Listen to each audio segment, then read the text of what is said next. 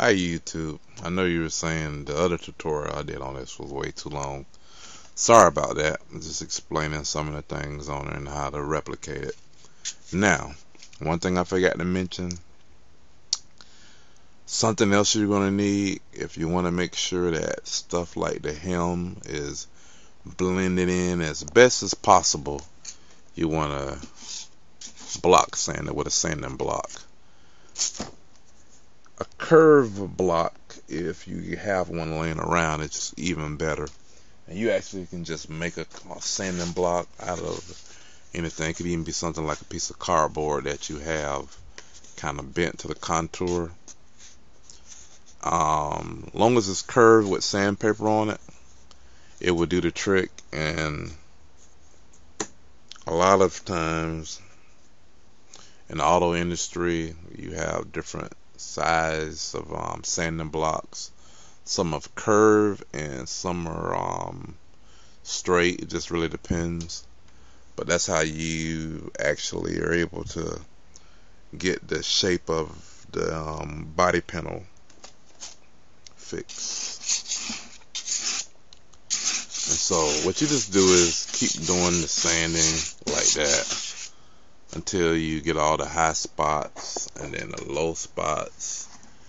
And then, like, if you can see here where I've sanded through to the fiberglass, that's what we call a high spot. And since I don't see anything right here, that's called a low spot. And then you just keep on till all these little cracks and crevices, you come back and you fill those in. Some of these are going to be alright, since I said this thing's supposed to be 200 years old, so we do want some of that stuff in. That'll be like wears and dings and damage.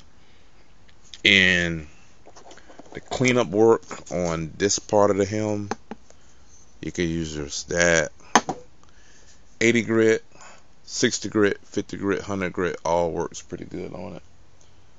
The finishing grit is probably 220 is what you're going to want to start sanding over the body filler. See, right here with the body filler, I've actually started sanding on it, but once all the shape is done pretty good, kind of like how we want to, then we're going to want to go back over it with 220, 120, 180, somewhere around that.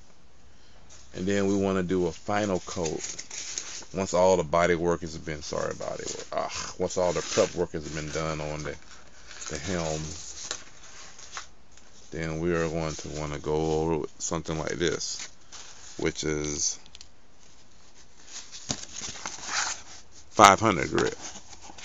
Now this is wet sanding is what it's meant to do, and you just wet it and then do like that while it's still wet, and that will give you the smoothest kind of finish because it's wet sanded. Because really, the first work that you did on it isn't going to matter as much when you first started on it. It's important because the better and the more rounder and the more time you take when you build the cardboard, then the better it will end up looking. I did okay on it, but I didn't waste a lot of time on this. It actually, I built this cardboard, all this, I built that in about a day. I did it.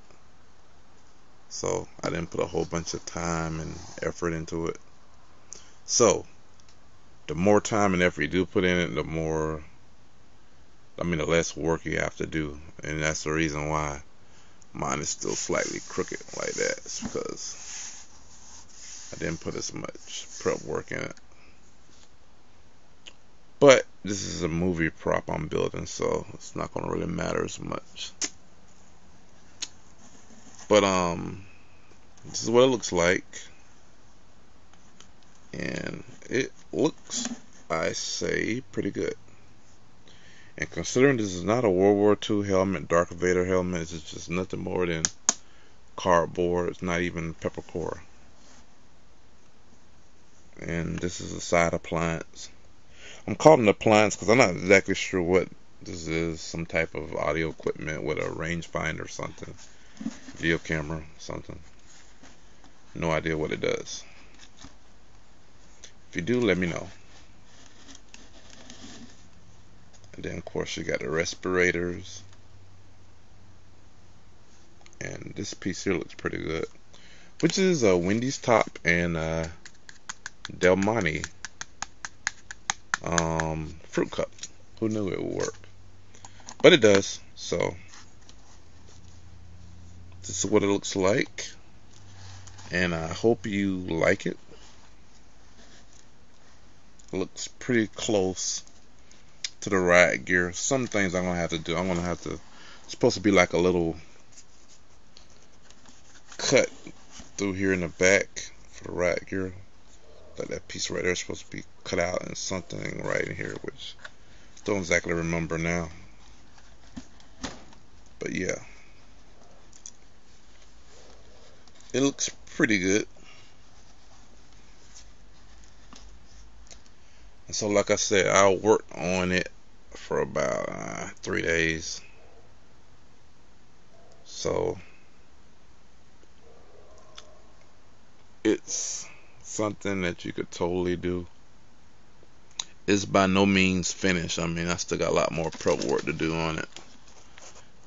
But just basically take your time on it and try to match the shape as much. So I got to put some more body filler right here. I got to try to get this side to go and to match the side. So, and then on this side here, I'm going to actually probably put a little cloth, fiberglass cloth right in there, but not too much, I don't think, up here on this top part. So,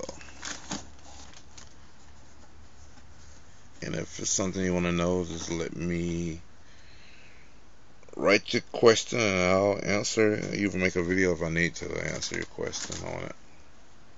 I try to answer all questions somebody asks me, so if you ask something, I'll try my best to reply back to you.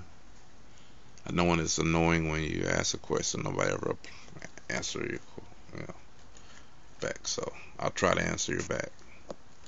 So hope you like it. This is my interpretation of a elite riot gear helmet. So I changed it for my taste, for what I like, and it's not exactly true to the game. Some things I changed around on it because I'm a fan of the advanced combat helm Mark III, which is a little bit to what made it in here. This piece here isn't as pronounced. I kind of added that on the helm. It's something like that on the helm you can see in the game, but it's about up there, not just far down. So I said that would be cool, maybe the Ranger or military hat. You could hear on both ears, I guess. I don't know, but let me know what you think. So please subscribe and rate and leave comments below. And thank you for watching.